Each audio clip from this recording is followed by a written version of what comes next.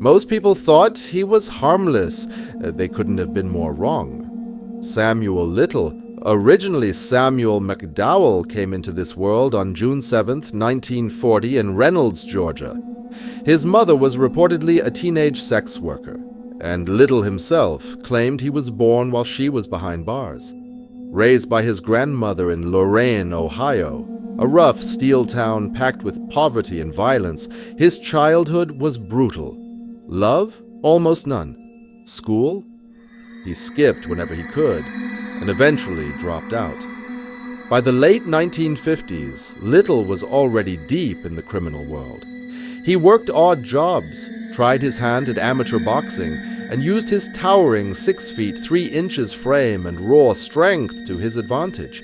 His early crimes: theft, fraud, drunk driving, assault, and rape.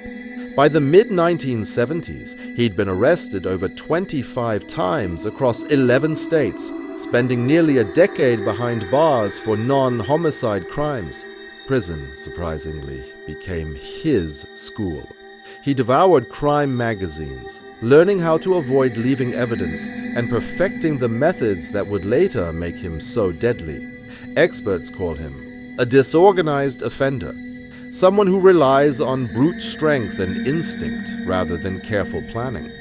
Diagnosed with severe antisocial personality disorder, Little rarely showed remorse.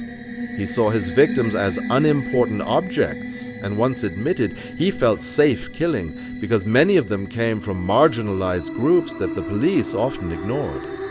And yet, behind the towering frame and chilling calm, there was a method to his madness, a darkness that would haunt the nation for decades.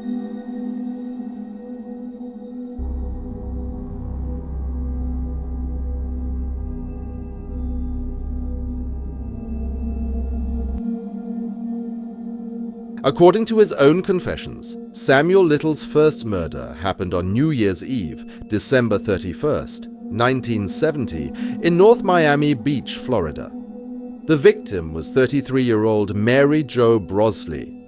Little approached her, lured her to a secluded spot near the Everglades, had sex with her, then strangled her to death with his bare hands before burying her in a shallow grave.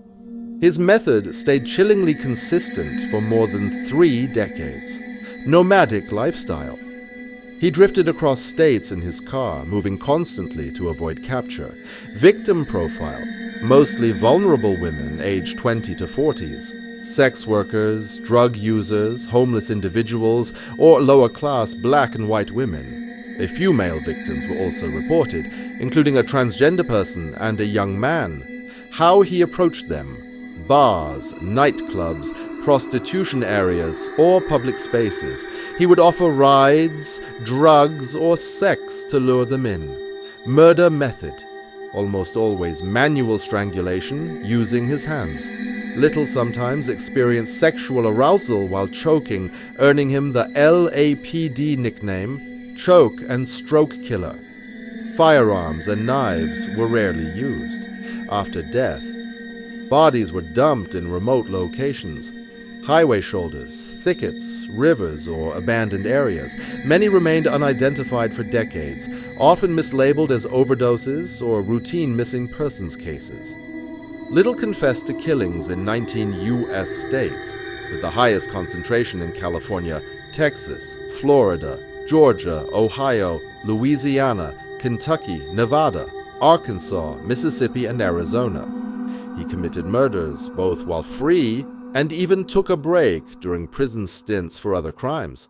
Some specific confessions include 1971 to 1972, Miami, several young victims, including a young black man referred to as Mary Ann or Marianne, 18.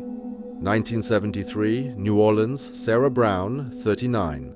1977, Macon, Georgia, Yvonne Pless. 1977 to 1978, Plant City, Florida.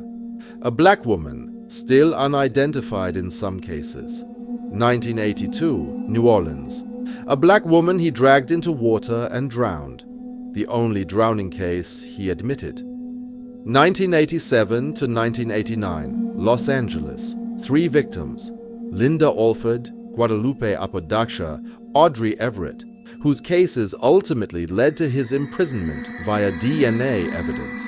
Through 2005, Mississippi, his final confessed murder.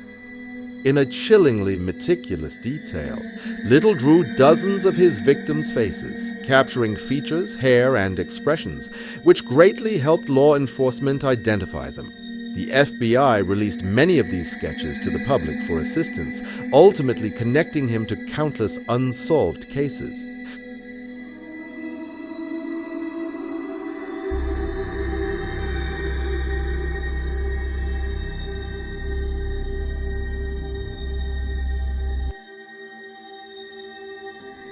In 2012, Samuel Little was arrested in Kentucky on drug charges and soon extradited to California.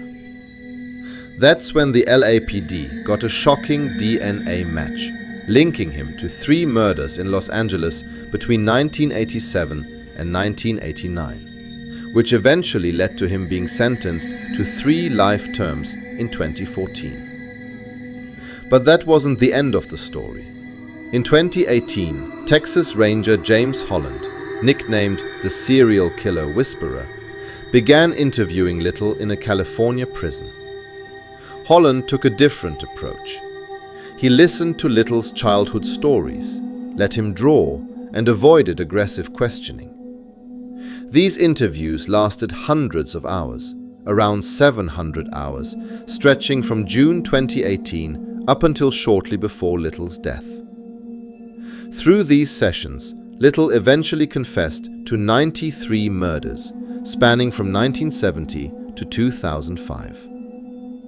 The FBI, using VICAP, painstakingly verified his confessions one by one. Initially, 34 cases were confirmed in 2018, rising to 50 in 2019, and eventually more than 60 through DNA, forensic evidence, precise locations, clothing details, and his own facial sketches. The remaining cases, while lacking physical evidence, were considered credible by FBI analysts. Some still remain unsolved as of 2021 to 2025, particularly in the southeastern US, including Florida and Georgia. In chilling honesty, Little once said, "I got away with killing many women over 50 years, 93 murders across 19 states." He believed his victims were not taken into account by society and law enforcement, a cold reminder of how often the most vulnerable were overlooked.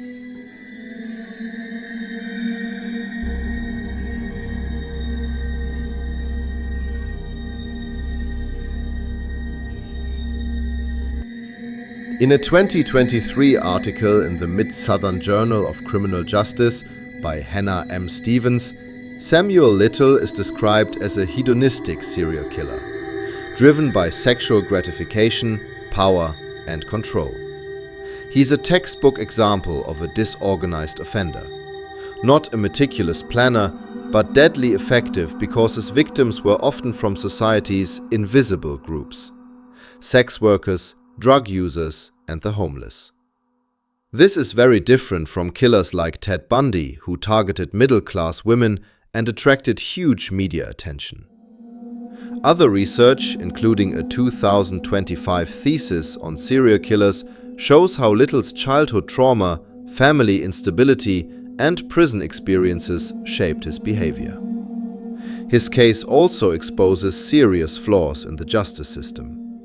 Many murders go unnoticed because victims from marginalized communities often don't get thorough investigations. Little got lucky in a horrifying way. Many of his victims were dismissed as overdoses or ordinary missing person cases, allowing him to kill freely for over 35 years. The case also highlights the critical role of modern tools like VICAP, cold case DNA databases, forensic intelligence, and interagency collaboration in spotting serial killer patterns sooner. Without these systems, many cases like Little's could have remained unsolved indefinitely.